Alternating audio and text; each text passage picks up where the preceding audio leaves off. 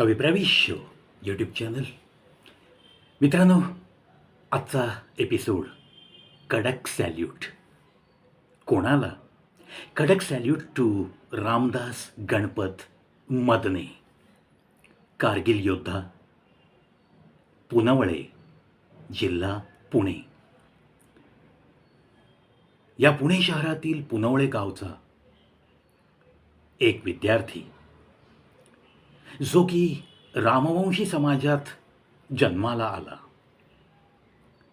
आणि या रामवंशी समाजाचं जुन्या काळातलं काम तुम्हाला माहिती आहे की गावाचं रक्षण करणे, रात्री अपरात्री गस्त घालणे आणि मग हा सगळा गावगाडा या रामोशी लोकांना त्याबाबत मंजुरी द्यायचा आणि मग त्याकरता कुणी अन्न द्यायचं, कुणी पैसे द्यायचे, अशा प्रकारे उपजीविका करणारा हा रामवंशी समाज.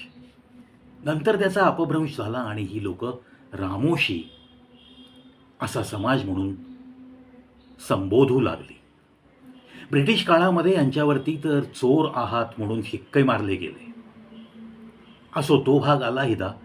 अशा या समाजात जन्माला आलेलं एक लेकरू, ज्याचे आजोबा कुस्तीपटू होते आणि अतिशय उत्कृष्ट कुस्ती खेळायचे, गावामध्ये प्रसिद्ध होते. त्यांचे वडील गणपत मदने हे खडकी येथील ऑर्डनन्स फॅक्टरीमध्ये कामाला होते. खडकी ऑर्डनन्स याचं काम काय आहे सर्वश्रुत आहे. आपल्या भारतीय सैन्याला लागणारा दारुगोळा इथं बनवला जातो. आणि हा रामदास जेव्हा छोटा होता तेव्हा त्याचे वडील अतिशय अभिमानाने सांगायचे, थोडंफार गमतीनेही बोलायचे, हा गणपत मदने दारुगोळा बनवेल आणि याचं पोरगा आहे ना रामदास, ते मस्त हाच दारुगोळा शत्रूवर उडवणार आहे. म्हणजे एका बापाची इच्छा पण होती की आपल्या पोराने सैन्यात भरती व्हावं. आणि असं करत करत रामदास गणपत मदने हा आपला छोटा मुलगा या रामोशी समाजात जन्माला येऊन सुद्धा शिक्षणाची कास धरत 10वी पास झाला. आणि त्यानंतर त्याला मलखांब येत होतं. दोरीवरच्या कसरती तो अतिशय चापल्याने करायचा. लाठी काठी चालवणं हा त्याच्या डाव्या हाताचा खेळ होता. तात्पर्य काय की जे काही आपल्याला एक जवान म्हणून बनण्यासाठी शारीरिक ताकद कमवावी लागते, ती सगळी त्याने कमावलेली होती. आणि एक काटक शरीर घेऊन तो जगत होता. आणि मनामध्ये उर्मी होती. काय उर्मी होती एवढ्या लहान वयात? नाही, मला पण सैनिक व्हायचं आहे, मला पण भारतीय सैन्यात दाखल व्हायचं आहे. आणि असा मजबूत इरादा मनामध्ये घेऊन हा विद्यार्थी 10वी नंतर काही वर्षातच भारतीय सैन्यात दाखल झाला. आणि यथोचितरित्या सर्व परीक्षा पास करून हा एक भारतीय सैन्याचा भाग म्हणून नोकरीत रुजू झाला. घोडसवारीचं पण त्यांना प्रचंड आकर्षण होतं. आणि मग 1-1.5 वर्षाचं या सैन्यातलं सर्व बाजूंनी प्रशिक्षण घेऊन हा रामदास मदने आपल्या भारतीय सैनिक म्हणून बेंगलोर येथे एक खेळाडूचं जीवन जगून नंतर तो मस्त यथोचितरित्या ट्रेनिंग पूर्ण करून भारतीय सैन्यात दाखल झाला. जम्मू इथं त्यांचं पोस्टिंग झालं. पहा मित्रांनो, घरामध्ये एक पोषक वातावरण, समाज कोणताही असो, पण मनामध्ये जर तुमच्या एक स्वप्न असेल आणि त्या स्वप्नाचं जर योग्य दिशेने तुम्ही पाठलाग केलात तर तुम्ही नक्कीच काही ना काही बनू शकता. हेच सिद्ध केलं या रामदास मदनेंनी. यथावकाश थोडीफार नोकरी झाली आणि त्यांचं लग्न ठरलं. साधारणतः 1975चा जन्म आणि 1994 साली इंडियन आर्मीमध्ये दाखल झालेले हे रामदास मदने नोव्हेंबर 1998 साली साखरपुड्यासाठी सुट्टी घेऊन आले होते. आणि मग त्यावेळेस लग्नाची तारीख ठरली 4 मे 1999.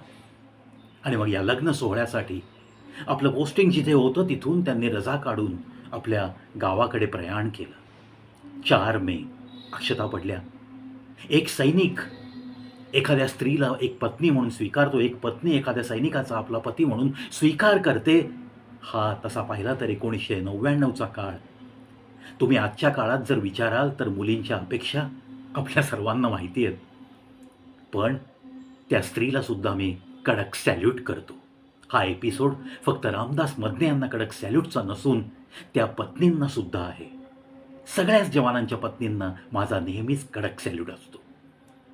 म्हणूनच रामदास मदने यांच्या पत्नीचा सुद्धा मी इथे शाब्दिक गौरव करू शकतो.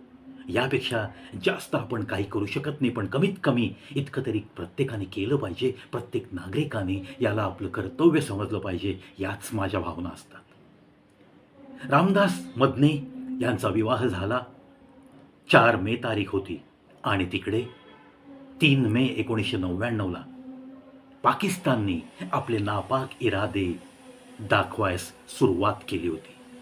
काय झालं होतं? 4 मे 1999 ही कारगिल युद्धाची सुरुवात.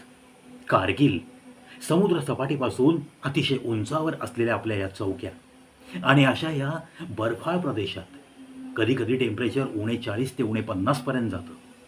अशा ठिकाणी एक अलिखित करार किंवा लिखित करार असं म्हटलं तरी चालेल, पण त्याचं ब्रीच ऑफ ट्रस्ट ज्याला म्हणतो आपण, ते नेहमीच पाकिस्तान करत आलंय. जम्मू काश्मीरमध्ये आपण पाहतो की अतिरेकी घुसवायचे आणि भारतीय सैन्याला कामाला लावायचं आणि 1-10-5 सैनिकांना शहीद करायचं, सिव्हिलियन्सवर गोळीबार करणं, हे सर्रास पाकिस्तानकडनं चालू असतं. 4 मेला विवाहबद्ध झालेला सैनिक आणि त्याला जेव्हा कळतं की 3 मेला कारगिलला युद्ध छेडलं गेलंय, तेव्हा त्याचं मन रमणं शक्य आहे का? तथापि रजेवर असताना कोणताही आदेश आल्याशिवाय त्यांना हलता येत नसतं.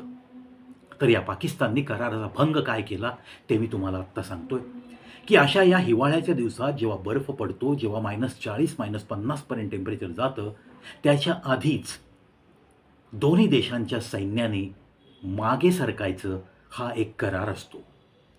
पण भारतीय सैन्याने अतिशय विश्वासपूर्वक हे तत्त्व नेहमीच पाळलेलं आहे आणि भारतीय सैन्य मागे आलं आणि याच संधीचा फायदा घेत पाकिस्ताननी कारगिलवर कब्जा करण्याचा प्रयत्न केला. कारण हायवे नंबर 1 त्यांना आपलाच आहे असं सगळ्या जगाला दाखवून द्यायचं होतं.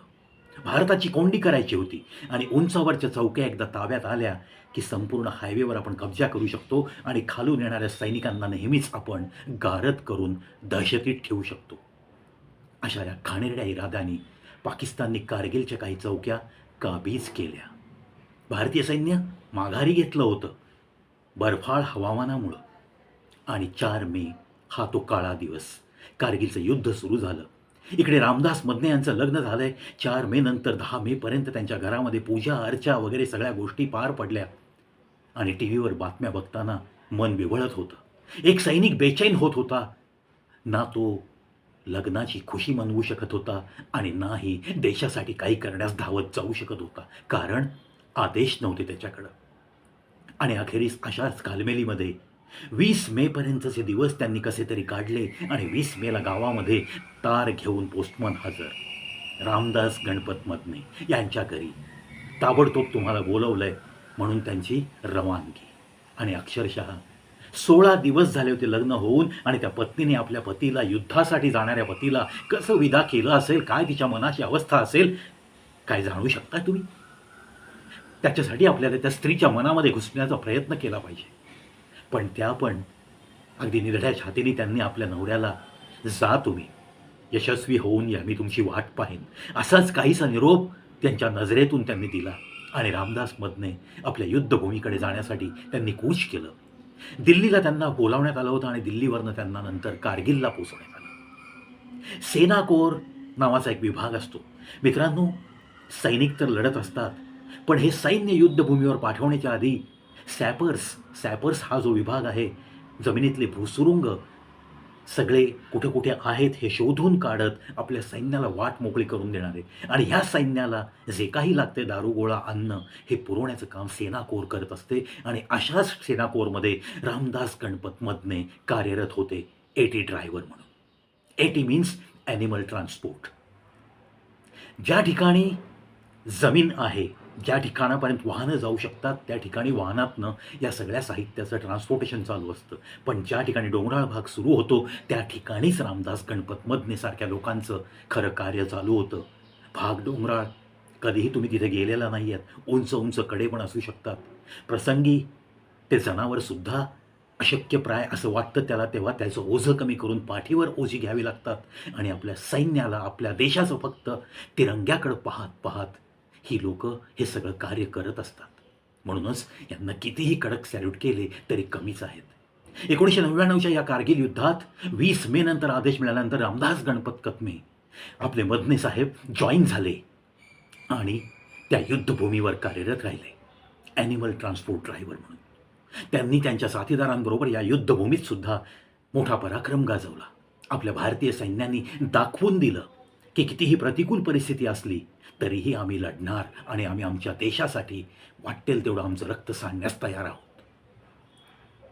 मित्रांनो, रामदास मदने यांची आगेकूच चालू होती आणि पाकिस्तान हा वरून जवळपास 18,000 फूट हाईटवर कारगिलच्या आपल्या चौक्या आहेत, तिथून ते आपल्या पायथ्याशी असलेल्या भारतीय सैन्यावर बेछूट तोफ गोळी डागत होता. लाईट मशीन गननी गोळीबार होत होता. अनेक सैनिक धारातीर्थी पडत होते आणि अशा वेळेस आपलं कार्य तत्परतेनं करत राहणं, पुढे पुढे जात राहणं. आपण म्हणतो ना, सदैव सैनिका तुला पुढेच जायचे. अक्षरशः हे जीवन जगत असतात. सिनेमात बघणारा तुम्ही दारूगोळा आणि गोळ्यांचा हा वर्षाव, ही गोष्ट अलग आहे मित्रांनो.